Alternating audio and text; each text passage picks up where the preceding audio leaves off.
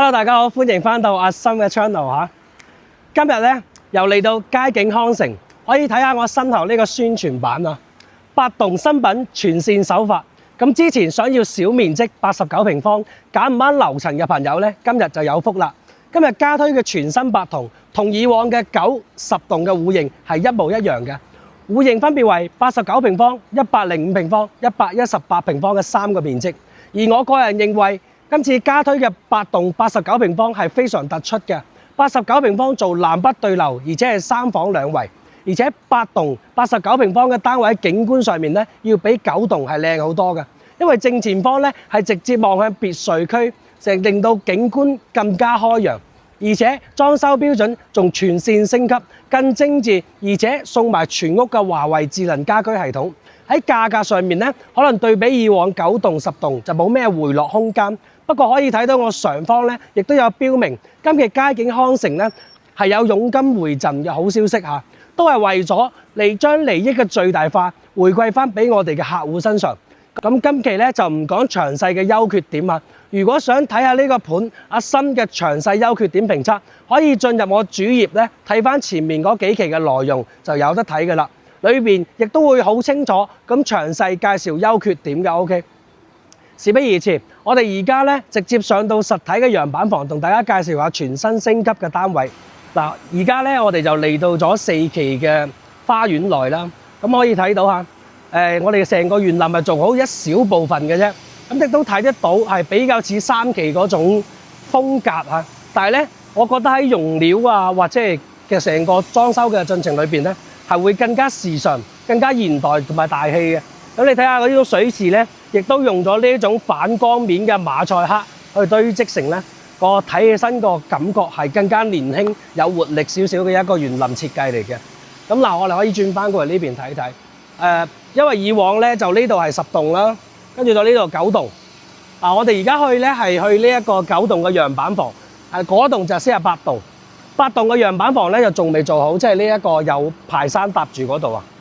跟住我哋而家睇嘅9棟係一模一樣嘅，可以睇下我哋嘅 lobby 咧，呢度都採用咗一個9米層高嘅一個1樓嘅大堂，係非常之氣派嘅。呢度入戶門嗰度，裏面嘅裝修仲未搞好，到時喺1樓嘅呢啲位置咧，全部都會做一啲健身器材啦，或者係喺度休息嘅活動空間啦，而且仲有書吧啦等等嘅一啲功能嘅。OK， 咁我哋而家咧上到樣板房，再同大家睇睇。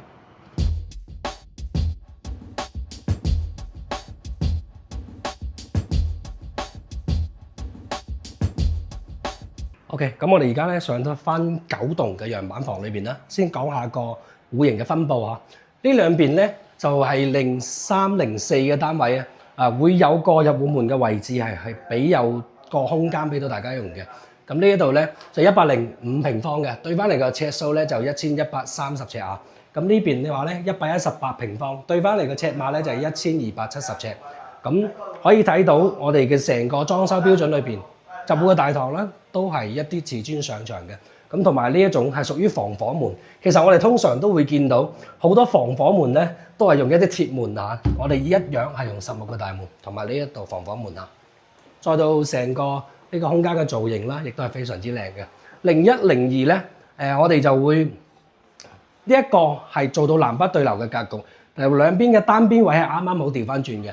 呢個就係89平方嘅單位啊。嗱，我哋而家入嚟睇個格局位置先。嗱，89平方咧，傳統好多都會做直廳嘅設計，但係呢度咧可以做到南北對流，都有一扇窗喺呢個位置嘅，可以望一望。呢一個係一扇窗嚟嘅，但係而家9棟嘅呢一個單位咧，望出去嘅話咧係棟樓啊，即係佢就唔係屬於單邊位，所以個採光差啲。你可以翻過去呢邊睇下個單邊位嘅區別。嗱，如果有單邊位嘅情況下咧，個光線就可以光猛好多啦。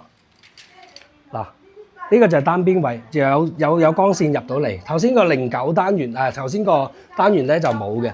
咁但係08棟同埋9棟咧就啱啱好係調翻轉嘅嚇。咁嗱，可以出嚟睇睇。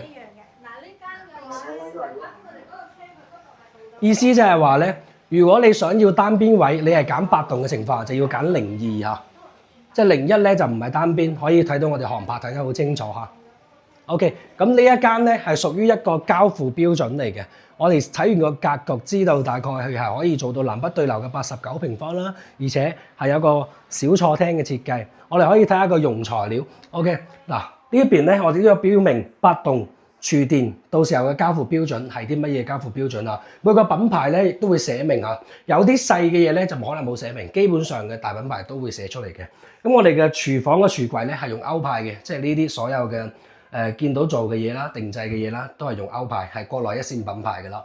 咁會仲有一個附着嘅趟門啦，即係呢一個啊，都會做埋嗰啲緩衝嘅效果。佢唔會話一關門咧就嘭一聲咁樣，你可以用呢啲嗱，一路慢慢緩衝過嚟啊。跟住咧，仲有個淨水器係飛利浦嘅，咁廚電咧3件套就係方太嘅，方太亦都屬於國內嘅一線品牌啦。可以睇得到呢度會有寫埋。OK， 涼霸之前係用呢個奧克斯嘅，就係呢個涼霸。廚房可以睇到出嚟，你話會有個洗衣房呢一個亦都會做好埋個平台俾你。咁你到時可以買個洗衣機放喺呢個位置咧就 OK 噶啦，就做好埋就呢度就係洗衣房嚟噶啦。好，我哋再轉翻過嚟啦。嗱呢邊咧亦都好細緻，每一個品牌都寫得好清楚。我哋都逐個去同大家講下。呢一邊入戶嘅大門咧，呢種實木嘅大門咧就係奧創新嘅品牌。跟住而家升級咗之後嘅一個就唔同而家呢一個噶啦，就係華為嘅智能家居系統啦。咁你可以平時手機控制啦，你唔喺屋企嘅遠程控制啦，空調啊任何嘢都可以通過手機去控制。喺屋企嘅時候都可以通過聲控去控制。係非常之方便嘅，華為係都係而家喺智能嘅創新裏邊係最高嘅領域可以講。OK， 跟住房門咧係用附着嘅嚇，華為智能家居咧瓷磚係呢一種杜加拉斯嘅瓷磚，呢個陽板房已經好耐時間嘅啦，一樣佢嘅瓷磚一樣非常之反光，冇咁花嘅，係的確非常之靚仔嘅。咁同埋咧會帶埋呢一個背景牆啦，裏邊冇寫到嘅，同埋。個吊頂造型咧就係咁嘅，基本上係咁嘅樣噶啦嚇。跟住我哋嘅窗咧，就係呢一個日本 YKK 嘅鋁合金門窗。就頭先入門所有嘅嘢都係用呢一種日本 YKK 嘅鋁合金門窗啊。跟住咧呢一個嘅話咧係電動嘅窗簾嚟嘅啊。呢一個係配備埋俾你嘅窗簾嘅軌道同埋窗簾布都係配備埋俾你嘅。簡單嚟講。你好簡單咁買啲家私就可以入住嘅啦。電器嘅話，你可以買個冰箱、買個洗衣機，基本上就差唔多噶啦。因為空調咧係日立嘅空調、風管機，全屋佈好做好埋嘅啦。就單單呢個空調咧造價都幾萬蚊嘅。OK， 咁可以睇翻個露台啦。可以睇得到嗱，我哋而家身處喺9棟嘅靠邊嘅位置嚇，望出去嘅視野咧就係望對面3期嘅樓嘅。咁如果我哋而家在售嘅8棟嘅視野咧，望過去咧就係呢一個別墅居多嘅，即係望翻個別墅景會更加視野更加開揚同埋開闊，就唔會話形成到我同對面屋個陽台對立嘅一個尷尬嚇，可以望翻更好更靚嘅視野。OK。背景牆啦、軌道、窗簾係啦，基本上都佈得七七八八。仲有我哋嘅開關插座啦，係用呢一個斯萊德嘅品牌嘅。我哋睇下個格局先，由頭先講到嘅就係我比較中意呢個89平方，佢係南北對流啦，錯廳嘅設計。呢度出嚟，跟住再到呢一度，後邊仲有個窗。其實咁樣用起身，你係住起身知道個舒服感係會強好多嘅，比傳統嘅直廳戶型啊。OK， 跟住嚟到洗手間啦。嗱，呢度又有個重點介紹啦，因為咧我哋會有個高二嘅水龍頭啦、花灑啦呢啲嘢係嘛，跟住再邊次就係漢斯格雅嘅，跟住咧衞生間嘅鏡櫃咧都係附着同呢個大門嗰啲咧係一個品牌嚟嘅。呢一間係交付標準㗎，可以睇到呢啲用材料都非常之好嘅。跟住淋浴房咧係用德立嘅啊。會有個呢一個浴霸喺度嘅，呢個係奧普嘅品牌嚟嘅。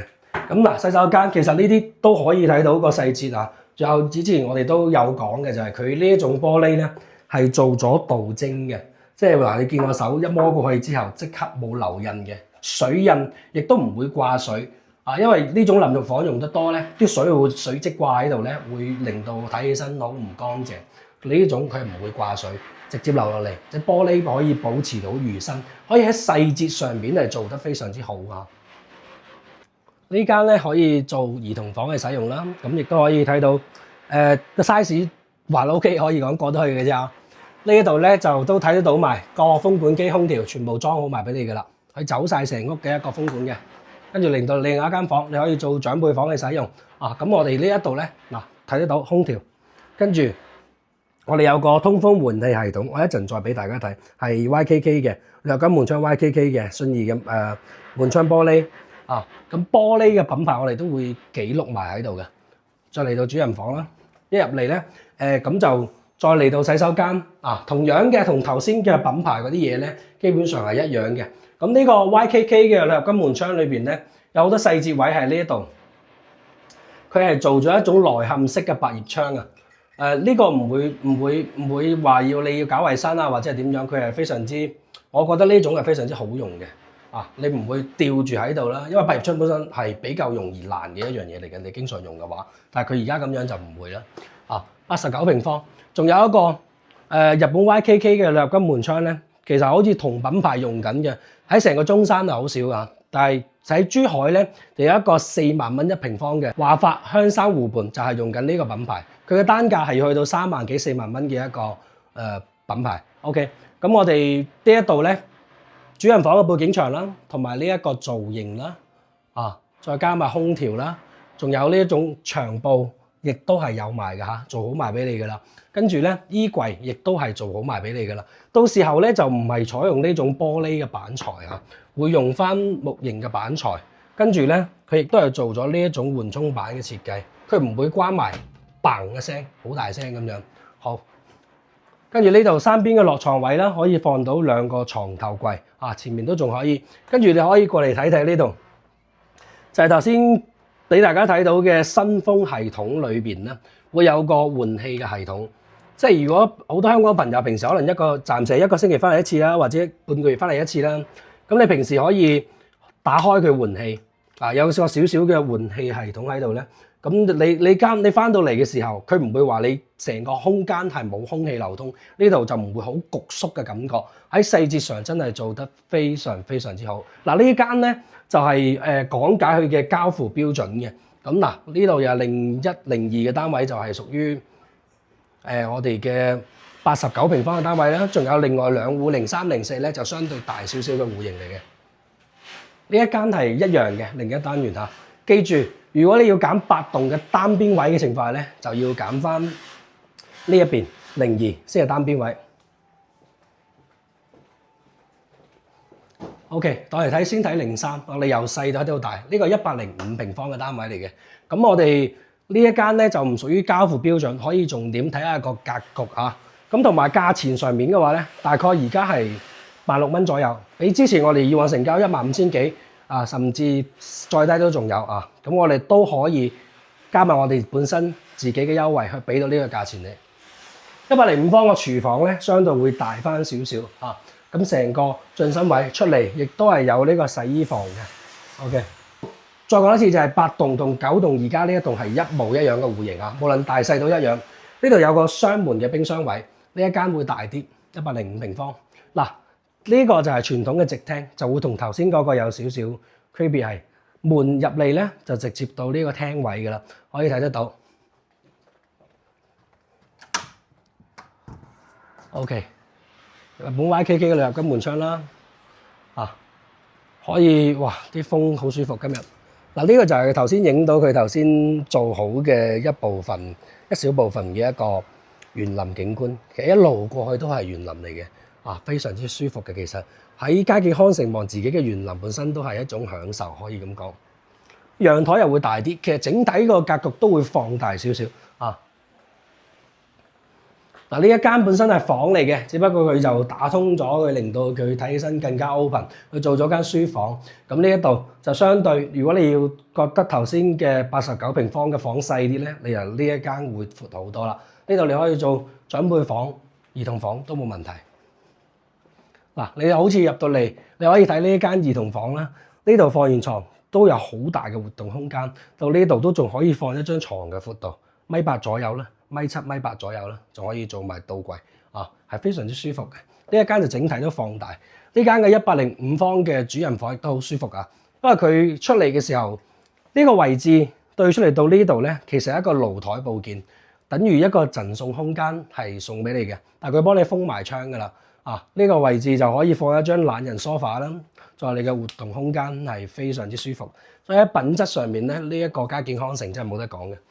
三邊嘅落床位咧係足尺嘅床啊，床頭櫃再加埋衣櫃，到時候衣櫃嘅擺放位置都係喺呢個位置，佢係做好埋俾你嘅，因為佢可以作為床同埋洗手間門口隔斷嘅一個位置嚟嘅，即係等於做咗一個步入式嘅衣帽間喺度。後邊嘅呢個，出邊裝修有少少嘈，嗱啲窗開都非常之絲滑嘅，再加埋呢種百葉窗 ，OK，佢嘅裝修標準基準咧係按照翻頭先嗰個89平方睇嗰個裝修標準嚟佈局嘅。呢個係105嘅單位啊，都係3房2衛，就係大3房嘅單位。嗱。佢到時候嘅交付標準都有寫明8棟嘅交付標準啦，客廳、廚房、走廊嘅地磚係用呢種灰色石紋，電視背景牆用呢種木紋面，房間嘅地磚用呢一種講翻呢一種都係木紋磚，佢係瓷磚，係木紋嘅瓷磚，唔係木板啊。因為喺廣東咧，其實我哋都好介意一樣嘢，就係到潮濕嘅時候咧，啲木板咧好容易會起。會反起嚟嘅啊！咁如果你用木紋瓷磚咧就唔會啦。跟住呢一個咧就係1270尺嘅單位，118平方嘅4房啊！嗱，亦都係傳統嘅直廳啦，一出嚟，所以話我話89仲舒服係咪先？可以望到個園林景觀啦，陽台會更加闊落啦。當然個廳亦都會更加之闊落。佢呢一間咧有少少改造咗，係有少少日系嘅奶油風嘅嚇。後邊一樣有露台 ，L 型嘅廚房，跟住呢度係冰箱位啊。跟住咧佢做咗呢種屬於都算開放式咁樣啦，係有少少改造咗嘅，大量用咗呢啲大量嘅木板上牆去做修飾。第一間房118平方就好夠闊落，明窗、飄台，再到呢邊，其實可以做3邊落床位嘅，可以令到個空間感佢可能咁樣設計會舒服啲。OK， 因為呢度有個衣櫃啊，空間係夠晒嘅。我覺得咁樣設計可能仲唔係好見使添。再到浴室啦，佢但係呢一種就係用咗呢種咁樣嘅呢啲石紋面啊。一啲比較，我覺得係比較日系風嘅一個設計。兒童房，因為呢種係比較榻榻米嘅感覺啊，呢啲放咗啊，就成個真係好日本 feel。但係我覺得咁樣空間利用咧，就變咗你活動空間可能大嘅，但係你呢啲空間係細嘅。仲有呢間房咧，屬於一個戶外房，咁就係可以做瑜伽房，或者做兒童房，或者做閱讀房都可以冇問題嘅。跟住到主人房咧，會有個獨立嘅衣帽間啊，3邊嘅落床位，洗手間佢亦都用呢種風格去裝修嘅，3邊嘅落床位啦。嗱，呢一度咧，我哋8棟所有嘅戶型就係而家呢重複一下，就係89平方、105平方以及118平方嘅4房，係從3房到4房都有嘅。我個人亦都即係成交最多都係89平方嘅單位啦。咁同埋因為好多香港朋友可能退休養老，我唔係話賣大賣細或者係點樣去講，因為我覺得喺夠用上面嚟講係89平方係夠用嘅。你想要大啲嘅就105平方都 OK 嘅。喺品質上面嚟講係我覺得一啲問題都冇。喺佳景康城，無論佢咁多年以嚟嘅口碑又好啦，又或者係物業管理啊，所有各方面嘅嘢都非常之好嘅口碑，係啊。OK，咁呢一期嘅內容咧就分享到呢一度。如果有啲咩細節想了解嘅情況咧，可以下方留言或者直接上方聯繫我，可以發多啲資料俾你。同埋我哋咧有提供免費嘅私人車到港接送過嚟睇樓嘅嚇，有興趣嘅朋友可以直接聯繫我。下期再見，拜拜。